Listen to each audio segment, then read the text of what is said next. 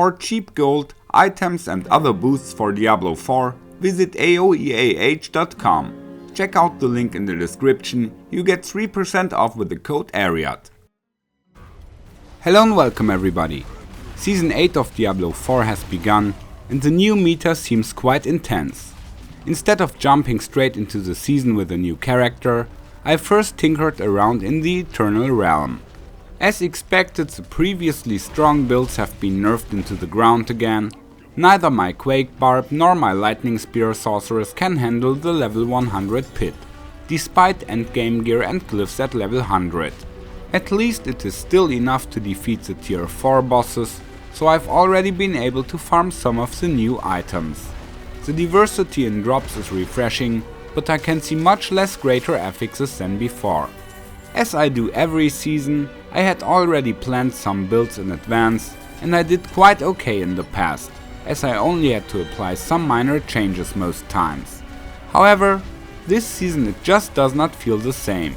Every endgame build I've tested has performed far weaker than expected. My first idea was to play with the newly reworked Whirlwind Gloves, hoping that the triggered explosions could do overpower damage. I had designed a Whirlwind Overpower build with plenty of life and the corresponding Paragon system. For a regular Whirlwind Barbarian, this wouldn't make sense, since Whirlwind itself cannot overpower enemies.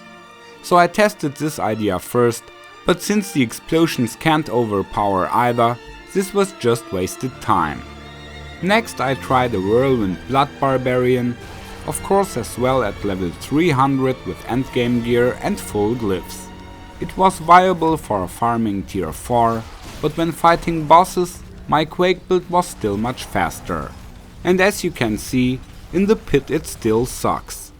Finally I checked D2 Core to see what Chinese build creators are working on. There I found a Whirlwind endgame build that used slightly different aspects and glyphs than mine. I tested it as well, but it did not make a big difference. For the Sorceress, I first tested my builds from the last season, Lightning Spear and Fireball. Since the Overpower snapshot no longer works, my Lightning Spear build has lost quite a lot of power, so I'd have to rebuild it for critical strike damage. However, since my Fireball Sorceress was able to kill bosses fast, I used her for farming. With the new unique helmet, I then tried a nice shards build which I had roughly planned before, but it ended up being weaker than the Fireball Sorceress. I also tested two variants from D2 Core. One was quite similar to my own build, while the other had a bit different concept. But ultimately, neither was able to go for higher pits. After all these tests I hardly had any materials left, so it's frustrating that I ended up reskilling my Barb back to Earthquake, and my Fire Sorceress is still farming with an old build too. However, I will also rework my Lightning Spear Sorceress to fit the season and check the performance. I haven't spent much time with the other classes yet, but next I'll try to build something decent with the Spiritborn.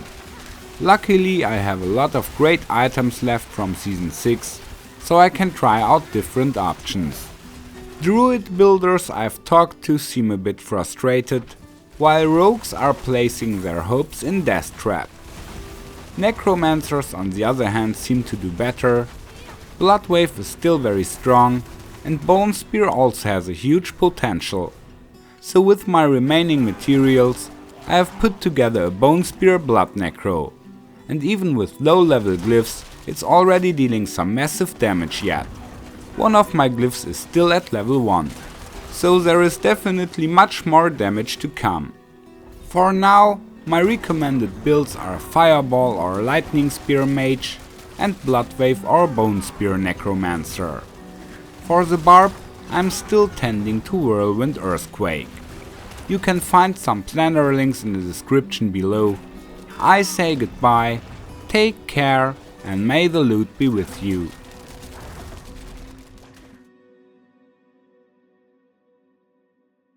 Follow me. Thanks. Goodbye.